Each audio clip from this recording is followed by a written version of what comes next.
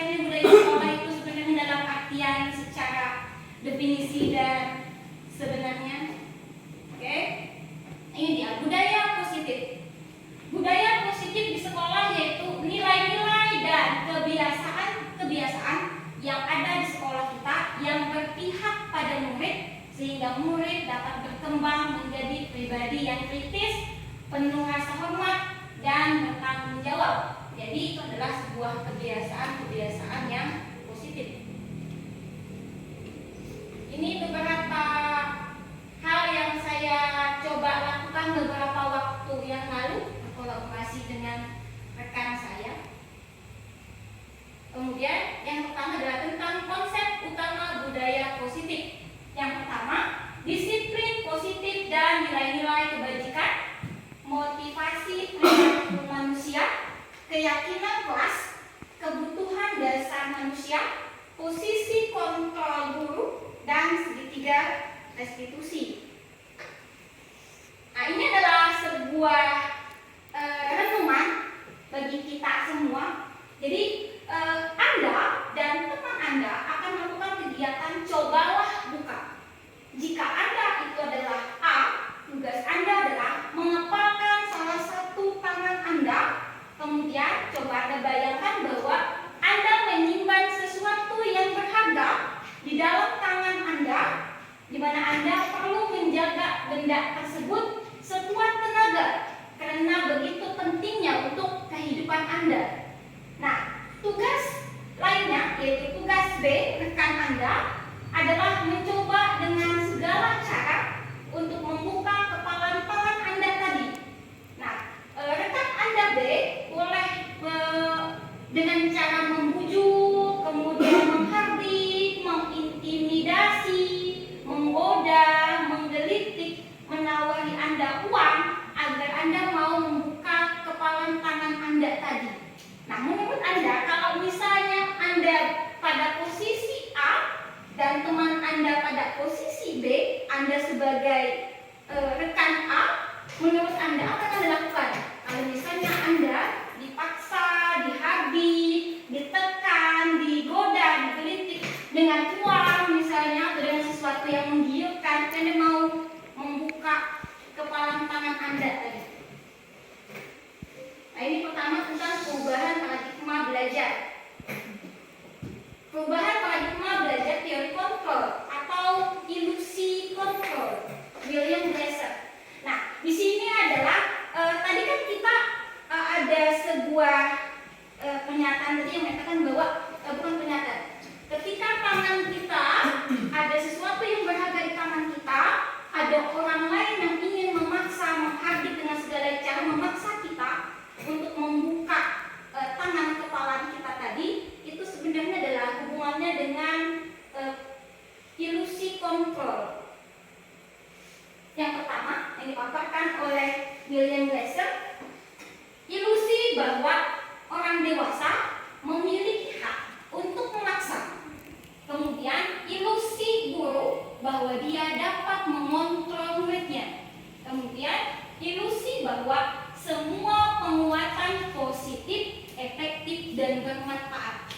Kemudian ilusi bahwa kritik dan membuat orang merasa bersalah dapat menguatkan karakter. Nah, ini adalah disiplin positif dan nilai-nilai kebajikan. Disiplin positif, kata disiplin itu dia berasal dari kata disiplina, artinya belajar. Kebanyakan orang menghubungkan dengan kata tertib, teratur, kepatuhan pada peraturan, di mana kata disiplin sering dihubungkan dengan hukuman. Padahal hal itu sungguh berbeda. Karena belajar tentang disiplin positif tidak harus memberikan hukuman. Justru itu adalah alternatif terakhir dan bila perlu tidak digunakan sama sekali. Nah, ini maksudnya tentang disiplin. Kemudian, murid yang memiliki disiplin positif akan memiliki motivasi internal dari dalam dirinya yang lebih tinggi dalam menguasai dirinya secara emosional ya, untuk melakukan tindakan tindakan yang sesuai dengan nilai-nilai kebajikan universal. Nilai-nilai kebajikan universal itu adalah sifat-sifat positif yang dimiliki oleh manusia yang merupakan tujuan mulia yang ingin dicapai setiap individu. Nilai ini bersifat universal.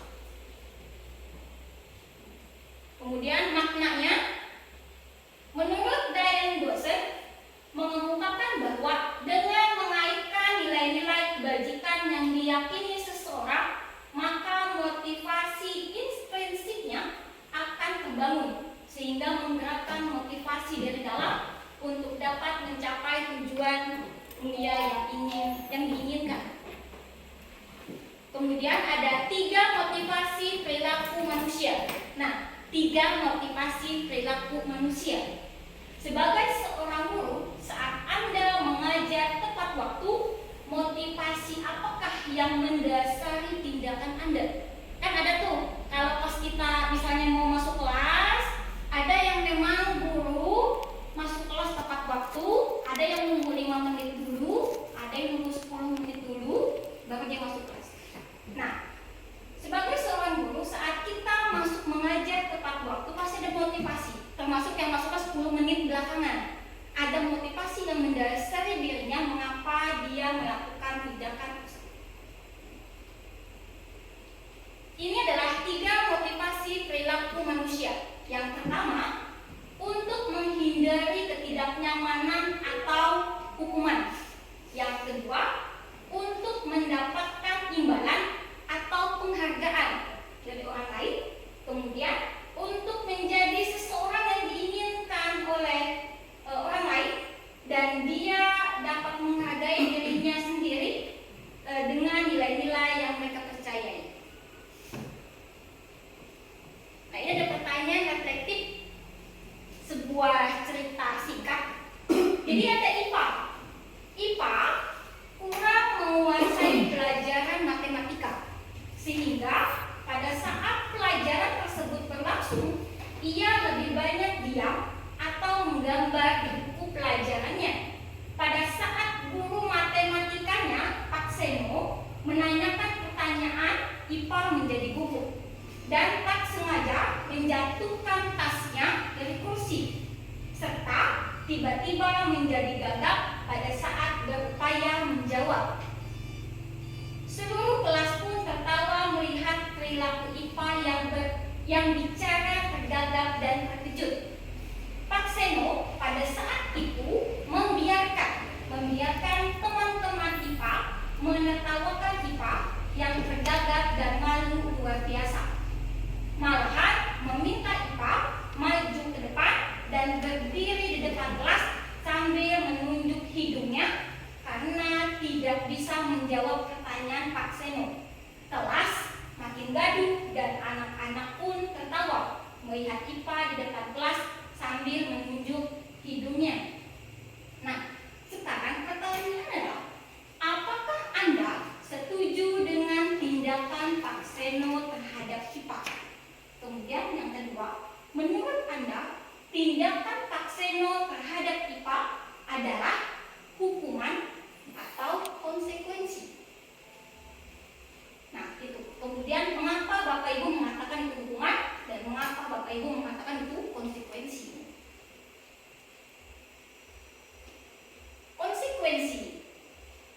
Konsekuensi adalah sesuatu yang sudah terencana dan sudah disepakati, sudah dibahas dan disetujui oleh murid dan guru. Umumnya, bentuk-bentuk konsekuensi dibuat oleh pihak guru atau sekolah, dan murid sudah mengetahui sebelumnya konsekuensi yang akan diterima jika ada pelanggaran. Pada konsekuensi,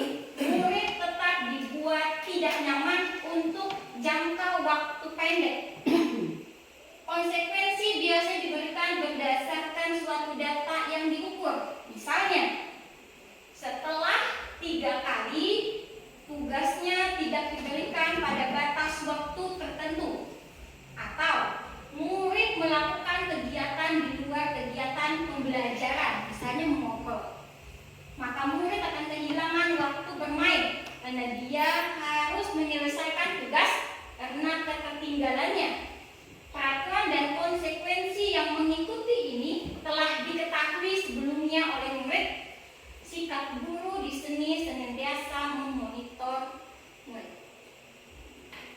Nah, ini hukuman atau konsekuensi. Yang pertama, tindakan guru mencatat 100 kali di dalam buku kalimat saya tidak akan terlambat lagi, karena dia datang terlambat ke sekolah. Menurut Bapak Ibu, itu hukuman atau konsekuensi? Mencatat saya tidak akan terlambat datang ke sekolah sebagai tindakan dia karena terlambat ke sekolah. Menurut Bapak Ibu itu hukuman atau konsekuensi? Konsekuensi. Konsekuensi.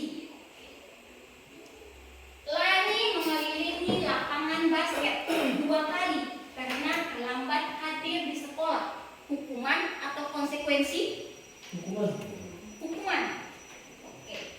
Membersihkan coretan yang dibuat di meja tulis. Konsekuensi. Oke. Murid diminta untuk push up 15 kali karena tidak menggunakan masker ke sekolah. Konsekuensi. Menggantikan kertas tugas teman yang telah dicoret-coret. Hukuman atau konsekuensi? Kalau dia harus mengganti tugas. Berjemur di lapangan basket pada pukul 12 siang karena mengobrol dengan temannya. Hukuman. Murid diminta bertelanjang kaki sepanjang hari karena tidak menggunakan sepatu warna hitam sesuai peraturan sekolah. Konsekuensi.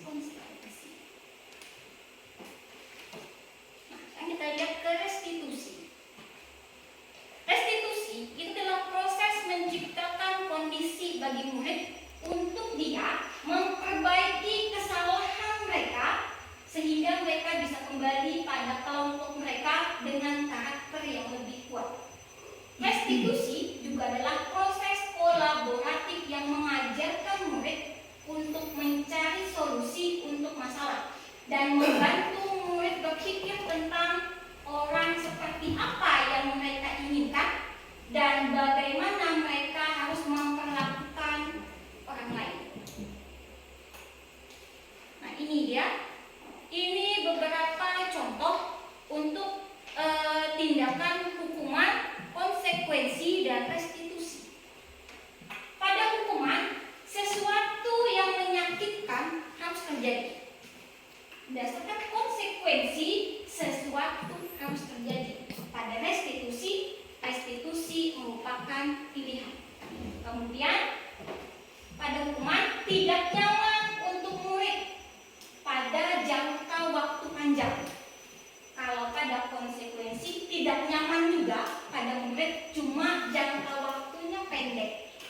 Kemudian pada restitusi, menguatkan untuk murid atau anak dalam jangka waktu panjang. Kemudian pada hukuman, korban mendapatkan keadilan. Pada konsekuensi, korban bisa diabaikan. Pada restitusi, korban mendapatkan ganti. Kemudian pada hukuman, murid atau anak mungkin akan tersakiti. Kemudian pada konsekuensi, murid atau anak dibuat tidak nyaman. Pada restitusi, murid atau anak mendapatkan penguatan.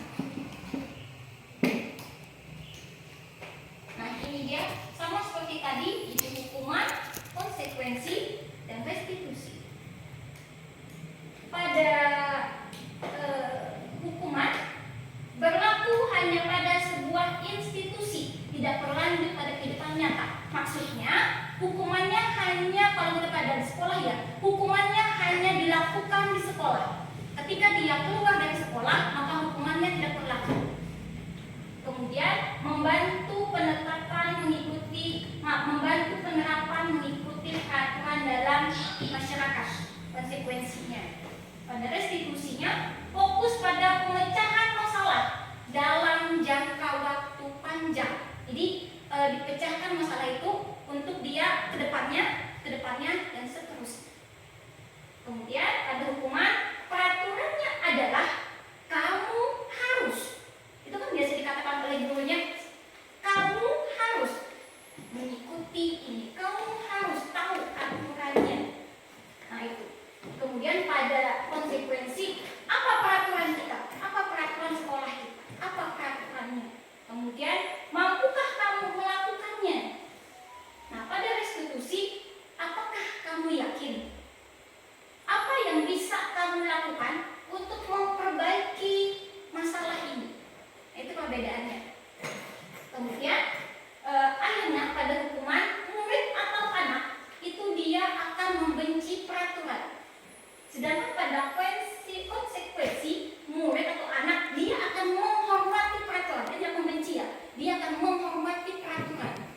Nah, sedangkan pada restitusi, murid atau anak menghormati dirinya dan juga orang lain. Sehingga secara tidak langsung dia akan menghormati peraturan tadi. Nah, pada hukuman itu kategorinya negatif, kemudian pada konsekuensi itu netral, pada hukuman itu positif. Awas kalau dilakukan lagi ya, nanti awas kamu. Itu kadang ada guru yang ngomongnya seperti itu. Kemudian pada konsekuensi, lakukan apa yang saya katakan. Pada restitusi, apakah hal ini yang sesungguhnya ingin kamu lakukan? Ini menanyakan kepadanya. Nah kemudian pada hukuman, model itu paksaan. Kemudian pada konsekuensi itu stimulus respon. Sedangkan pada restitusi, teori kontrol. Nah, pada hukuman dia cenderung mendorong menyalahkan dirinya. Kemudian pada konsekuensi mendorong kepatuhan, pada restitusi mendorong disiplin positif. Masih ada lagi. Nah, beberapa ini dia kayak konsep dirinya buruk, kemudian pada konsekuensi dia merasa dirinya itu baik, sedangkan pada restitusi dia menjadi lebih kuat terhadap diri. Kemudian murid atau anak belajar menyembunyikan kesalahannya. Jadi kalau dia salah, dia akan berupaya gimana caranya kesalahannya tidak diketahui oleh orang lain. Pada konsekuensi, dia akan belajar bagaimana caranya dia mentaati atau taat pada aturan. Sedangkan pada restitusi, dia akan belajar bagaimana caranya memecahkan masalah yang dia atau yang terjadi pada dirinya. Kemudian mencoba mengontrol anak dengan penguatan negatif, membayar dan semacamnya. Mencoba mengontrol anak dengan penguatan positif. Kemudian pada restitusi, anak paham bahwa dirinya sendiri yang memegang kendali kontrol. Nah ini dia.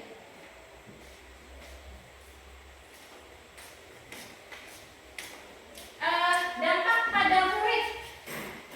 Kalau dia mendapatkan hukuman, dia akan marah.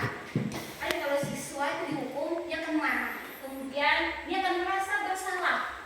Dia akan insecure, rendah diri. Kemudian dia akan mengasingkan dirinya. Sedangkan pada konsekuensi, dia akan kehilangan haknya. Waktu, jeda seorang diri, time out, kemudian penahanan.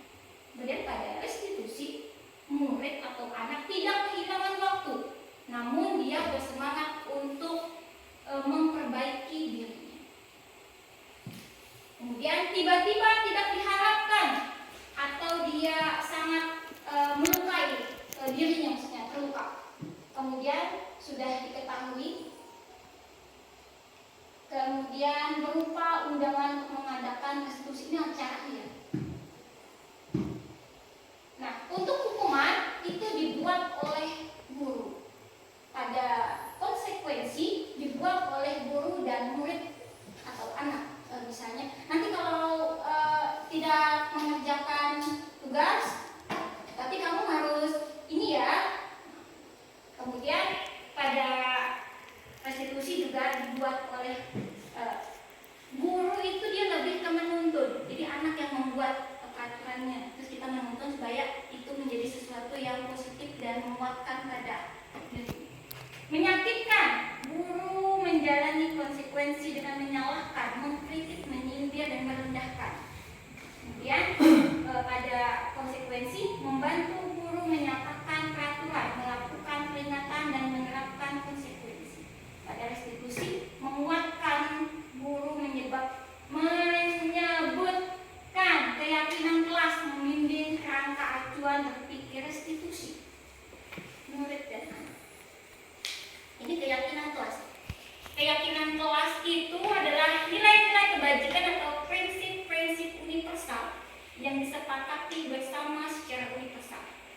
terlepas dari perbedaan agama, suku, negara, dan bangsa. Kemudian menurut Gosen tahun 1998, suatu keyakinan akan lebih memotivasi seseorang dari dalam. Seseorang akan lebih bersemangat untuk menjalankan keyakinannya daripada hanya sekedar mengikuti peraturan. Ini adalah pembentukan keyakinan kelas. Nah, keyakinan kelas itu dia bersifat lebih abstrak daripada peraturan yang lebih rinci dan konkret. Kemudian keyakinan kelas berupa kenyataan universal. Kenyataan keyakinan kelas dibuat dalam bentuk positif. Kemudian keyakinan kelas hendaknya tidak terlalu banyak sehingga mudah diingat dan dipahami. Kemudian keyakinan kelas sebaiknya sesuatu yang dapat diterapkan di lingkungan tersebut. Kemudian semua warga kelas ikut berkontribusi dalam pembuatan keyakinan kelas lewat kegiatan curah pendapat. Kemudian bersedia meninjau kembali keyakinan kelas dari waktu ke waktu. Nah, ini beberapa contoh untuk keyakinan kelas. Peraturannya, selalu kembalikan buku ke tempatnya. Nah, itu nilai kebajikan atau kebiasaan positif yang mau kita ambil, dia bertanggung jawab karena dia mengembalikan buku ke tempat. Kemudian dilarang mengganggu orang lain. Nilai kebajikannya menghormati orang lain dan diri sendiri. Kemudian hadir sekolah 15 menit sebelum pembelajaran dimulai. Itu berarti nilai kebajikannya menghormati orang lain, komitmen pada tujuan. Itu maksudnya dia berkomitmen. Kemudian dilarang melakukan kekerasan. Itu nilai kebajikannya berarti keselamatan dan menghormati orang lain. Dilarang menggunakan narkoba. Nah, nilai kebajikannya untuk kesehatan. Bergantian atau menunggu giliran. Nah, itu berarti nilai kebajikannya menghormati orang lain serta kesabaran. Kemudian gunakan masker. Nah, itu nilai kebajikan yang ingin dituju adalah kesehatan, kemudian keselamatan. Jangan berlari di kelas atau koridor. Nah, nilai kebajikannya untuk keselamatan dan keamanan.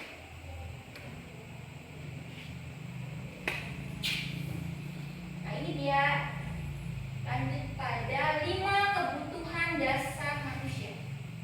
Jadi alasan manusia kenapa dia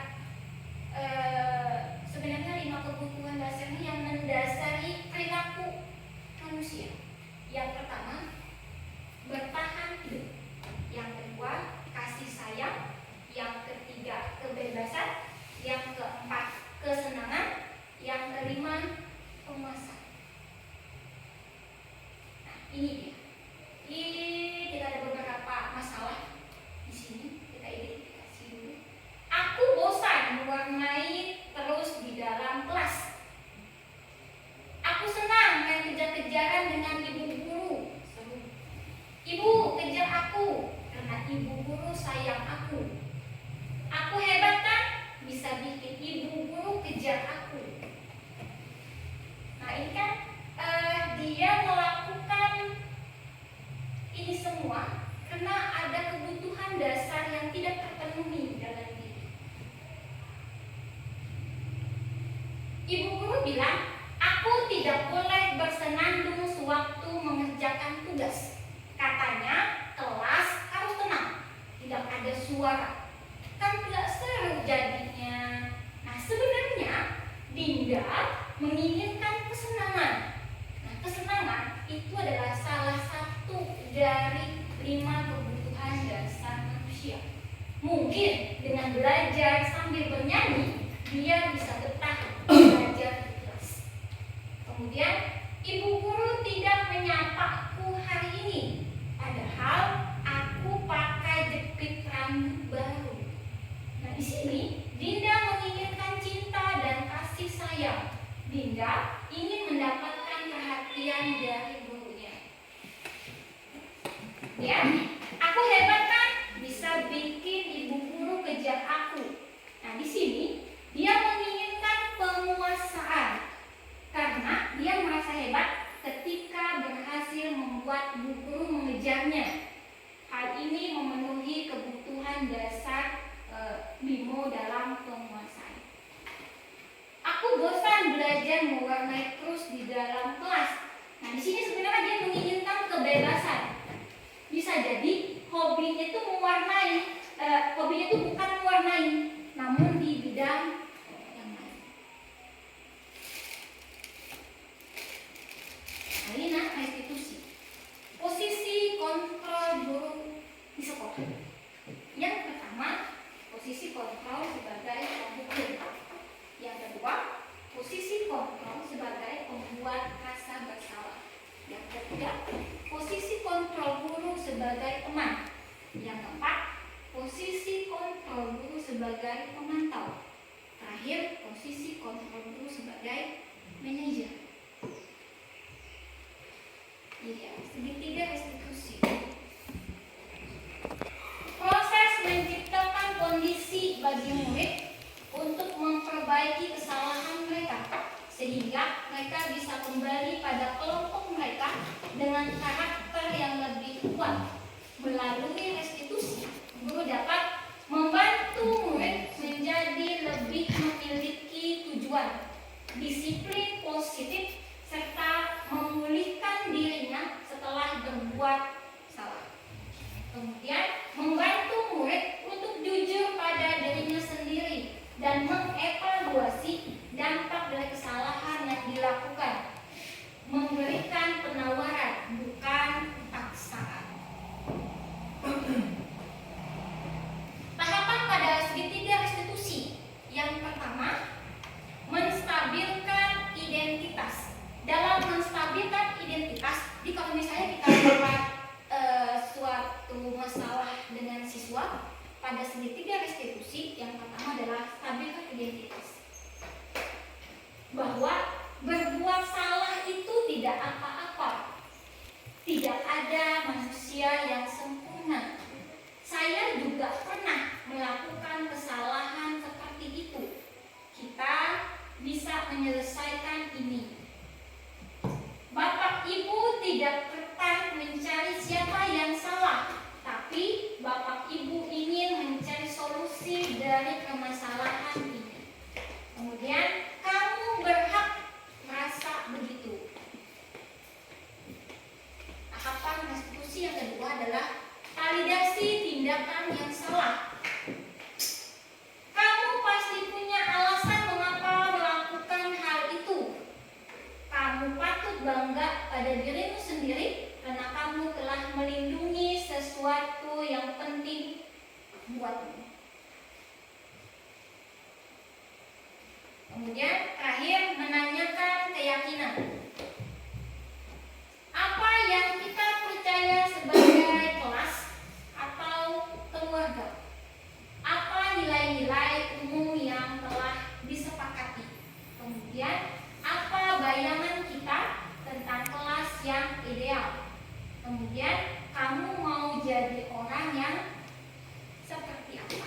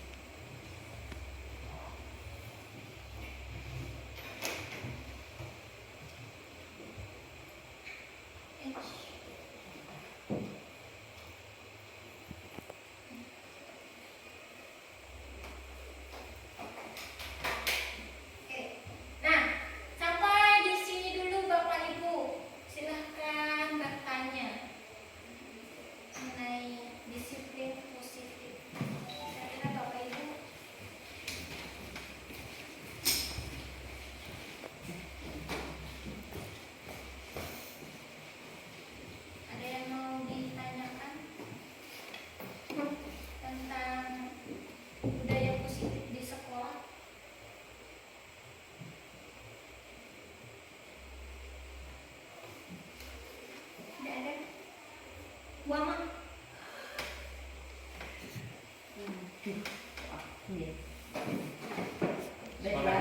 Semangat. Jadi kalau tidak salah materi memaparkan hukuman, konsekuensi, terus apa ini? Restitusi. Ya. Kalau tidak salah ada satu kalimat tadi di kolom hukuman tadi, korban dapat diadili. Korban mendapatkan keadilan. Ya, korban dapat keadilan. Itu maksudnya. Nah, itu maksudnya seperti apa? Korban itu siapa? Apakah anak? Kemudian maksud kalimat itu apa? Itu aja, Des. Jadi ada sebuah contoh kasus. Jadi contoh kasus, misalnya ketika ada dua orang anak sedang bertengkar di kantin, Nah, salah satu anak ini sedang lewat, terus satu anak lainnya entah kenapa dia melakukan tindakan yang merugikan temannya. Nah, jadi ketika kita memanggil siswa tersebut, kalau misalnya kita menggunakan teori hukuman, maka kita akan cenderung menyalahkan anak tersebut. Mengapa dia melakukan perbuatan itu? Menekan secara emosional bahwa dia telah bersalah, tindakannya itu salah, tindakanmu tidak sesuai dengan peraturan, kamu telah melakukan sesuatu yang salah. Hal ini cenderung membuat anak itu merasa dirinya kurang merasa disalahkan, sehingga dia merasa ini adalah sesuatu yang menyakitkan bagi saya. Nah, tapi bagi si korban, dengan dia tadi diberikan teguran, kemudian dia dipanggil oleh sekolah karena dia melakukan tindakan yang merugikan tadi, dia merasa mendapatkan keadilan. Saya merasa adil karena dia sudah dipanggil oleh guru, dia telah dilakukan pemanggilan. Nah, itu kan dia merasa lebih adil. Nah, sedangkan pada konsekuensi ini dia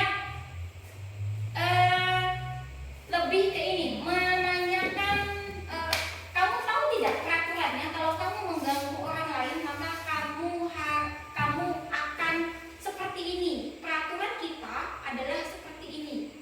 Ya, seperti itu. Nah, jadi kalau misalnya direstitusi itu kita cenderungnya anak itu jangan disalahkan. Anak itu jangan kita tekan secara emosional, kemudian diberikan sesuatu yang dapat menyakitkan dirinya, sehingga dia merasa bahwa tindakan itu salah, guru menegurku, kemudian aku diberikan hukuman, sehingga dia akan mengulangi lagi kesalahan serupa dan akan melakukan perbuatan yang sama lagi. Nah, di restitusi yang pertama,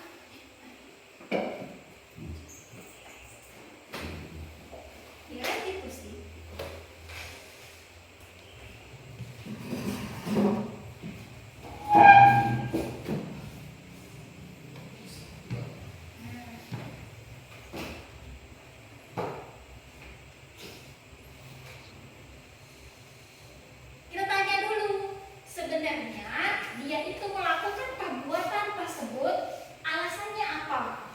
Alasanmu melakukan itu apa? Terus kita bisa menyelesaikan ini, atau kita bisa mengatakan bahwa kamu pasti punya alasan melakukan perbuatan ini, kemudian kamu berhak mempertahankan ibaratnya sesuatu yang berharga bagi dia. Nah, baru kemudian kita validasi. Sebenarnya alasan kamu melakukan itu pasti ada. Kemudian kamu harus bangga pada dirimu sendiri karena kamu telah melindungi sesuatu yang penting buat kamu. Jadi lebih kepada jangan menjudge murid terlebih dulu tanpa kita tahu alasan dia melakukan kesalahan tersebut. Terus kita cari dari dulu sebenarnya yang terjadi itu seperti apa, tanpa menyalahkan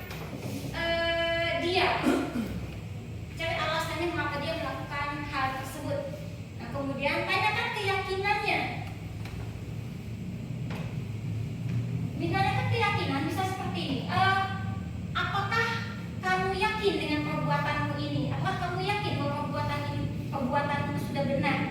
Apakah kamu yakin bahwa kamu sudah melakukan sesuatu yang tidak sesuai? Nah, kalau dia secara emosional dia tidak tertekan, dia tidak dihukum, dia tidak disalahkan, maka dia akan mengungkapkan perasaannya. Oh, seperti ini Pak, sebenarnya saya itu melakukan ini karena saya punya sesuatu yang sebenarnya harus mungkin dia perbaiki, atau dia sebenarnya ada sesuatu yang terjadi pada dirinya, harusnya kita gali. Nah, kemudian ditanyakan, kamu mau jadi orang seperti apa?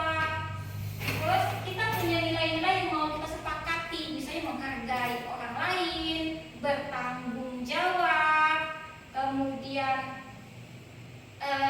kita ingin menjaga keamanan, keselamatan di sekolah ini. Apakah kamu ingin menghargai dirimu sendiri?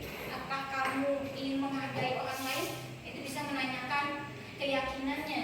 Jadi kalau ke dalam sebuah menyelesaikan masalah, seharusnya yang pertama kita melakukan restitusi terlebih dahulu. Jadi cari tahu, kemudian validasi, kemudian sebenarnya apa yang dia inginkan, kemudian bagaimana cara dia untuk menyelesaikan masalah yang terjadi, sehingga harapannya hal itu tidak terjadi lagi. Jikalau misalnya dia mengulangi lagi perbuatan yang sama, maka dia akan paham, oh saya telah melakukan perbuatan yang sama sebelumnya, saya sudah tidak sesuai dengan keyakinan saya. Jadi dia akan, karena dia dengan dirinya sendiri sudah yakin, maka dia akan, oh saya punya kesalahan itu, dan cara menyelesaikannya seperti ini, maka dia akan menyelesaikan masalahnya sendiri. Kemudian jika seandainya keyakinan tadi, jika seandainya restitusi tadi masih kurang efektif, kita bisa melanjutkannya ke konsekuensi. Kita lihat peraturannya seperti apa. Kita punya aturan yang harus diikuti. Sebab disiplin itu tidak harus diterapkan dengan paksaan atau hukuman, tapi bisa dengan penyebaran budaya-budaya positif, sehingga mereka bisa menerima peraturan tadi dengan senang hati. Kalau masih juga tidak efektif, nah pilihan terakhir dan seharusnya kalau bila diambil adalah hukuman, menghukum murid.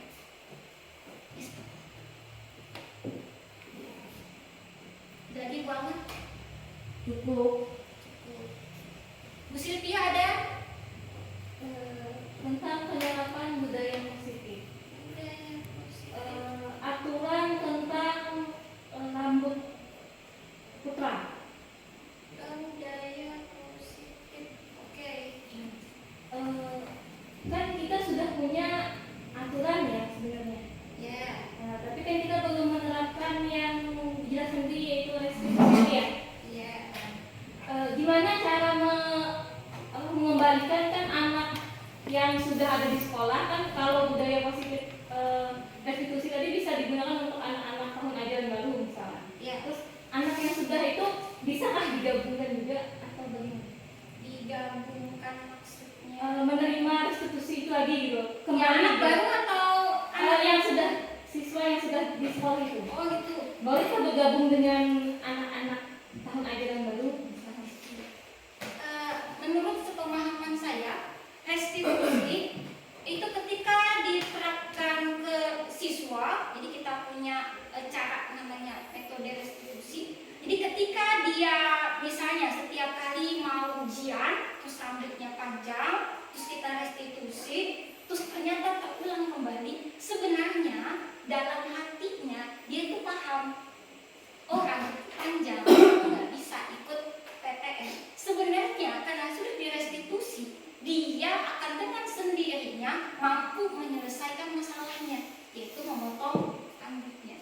Sebenarnya dengan cara restitusi. Tapi ada beberapa anak yang memang setelah kembali. Oh iya, sebenarnya hatinya itu secara tidak langsung dia memahami bahwa dia salah. Nah, baru kita bisa kasih konsekuensi, baru kita kasih hukuman.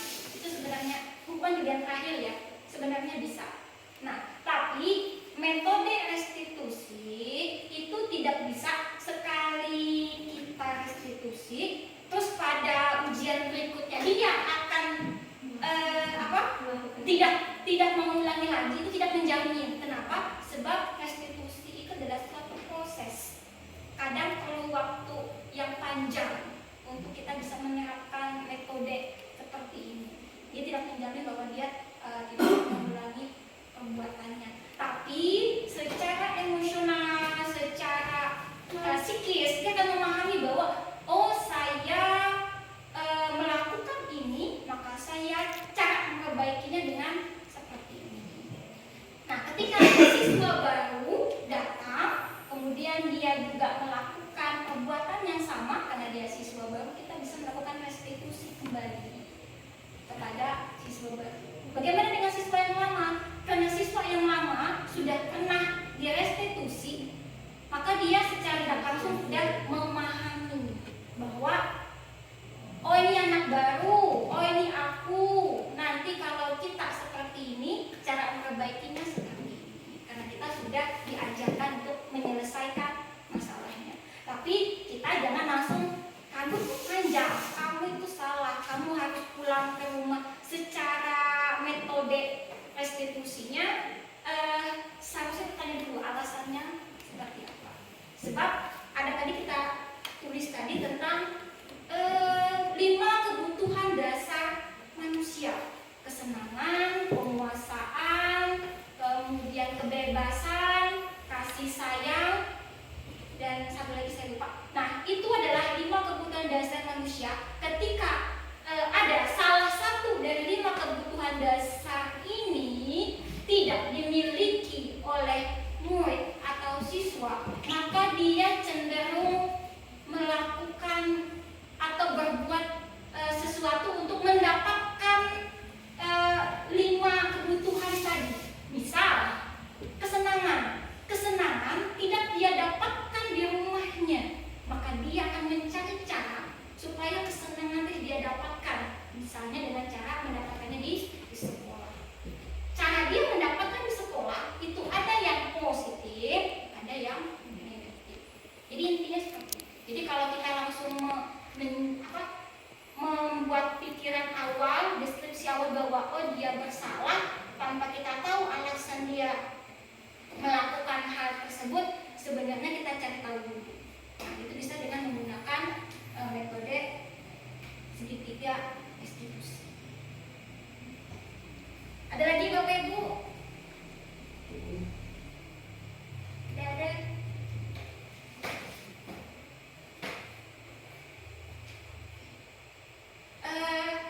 Oh tidak ada, saya akhiri sampai di sini. Kalau misalnya mau sharing atau kita bisa bicara ngobrol nanti di luar tentang budaya positif.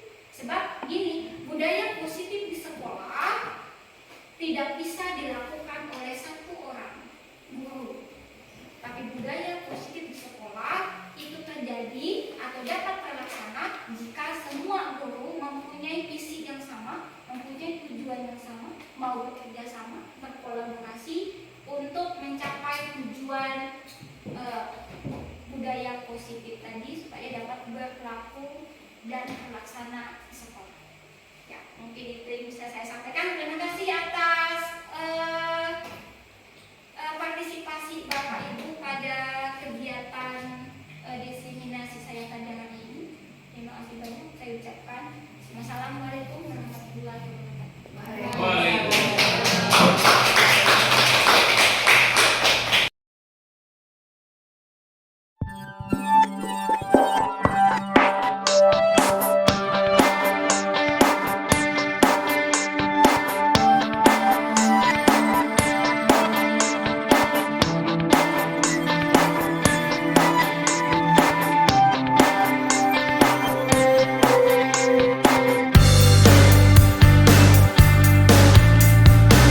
Pagi Ibrahim, Pagi Bu.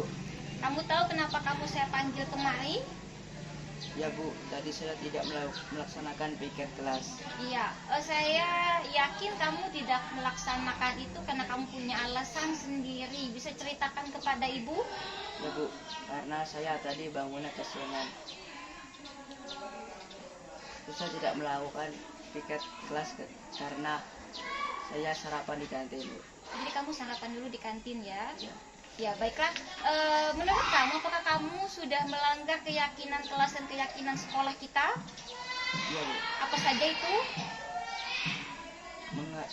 menghargai orang lain, disiplin dan tanggung jawab.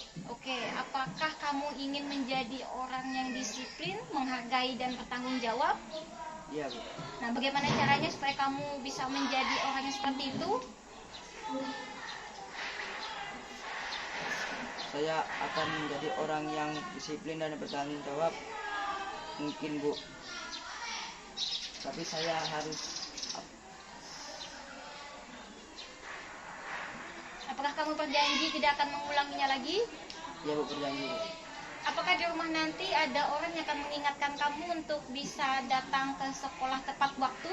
Ya Bu, ada bapak saya dan ibu saya dan juga kakak saya. Berarti ada ayah kamu, ada ibu kamu, dan kakak kamu yang akan mengingatkan kamu supaya bisa bangun pagi dan tidak terlambat ke sekolah lagi ya. Ya, Nah, baiklah karena kamu sudah mengetahui tentang kesalahan kamu dan kamu berjanji tidak akan mengulangi perbuatan kamu. Sekarang silakan kamu kembali ke dalam kelas. ya Bu, terima kasih. Iya. Desi, dia belum menentukan. Desi, menurut kamu apa yang harus kamu lakukan? Suruh masuk ke dalam ruang. Iya, padahal kita punya keyakinan kelas Desi ya. Apa itu? Betul sekali. Kelas Desi ya, dari buat kemarin. Saya yakin ya Desi tadi melakukannya dengan alasan tertentu ya. Nah sekarang kamu tadi udah tahu kan keyakinan kelas kita. Menurut kamu, apakah kamu yakin dengan keyakinan kelas tadi? Yakin. Nah sekarang apa yang kamu lakukan setelah ini? Setelah kamu yakin dengan keyakinan kelas tadi? Iya, dengan cara bagaimana? Oke, terima kasih Desi ya. Besok jangan diulang lagi ya. Oke, silakan kembali untuk belajar. Saya terlambat datang ke sekolah karena terlambat bangun hari ini. Saya tahu bahwa saya telah melanggar keyakinan sekolah untuk datang tepat waktu ke sekolah. Saya senang sudah diingatkan Bu Yesi. Saya berjanji tidak akan datang terlambat lagi ke sekolah. Saya masuk ke dalam kelas tanpa mengetuk pintu, mengucapkan salam. Saya tahu bahwa saya sudah melanggar keyakinan kelas. Saya berjanji untuk masuk ke dalam kelas dengan mengetuk pintu dan mengucapkan salam.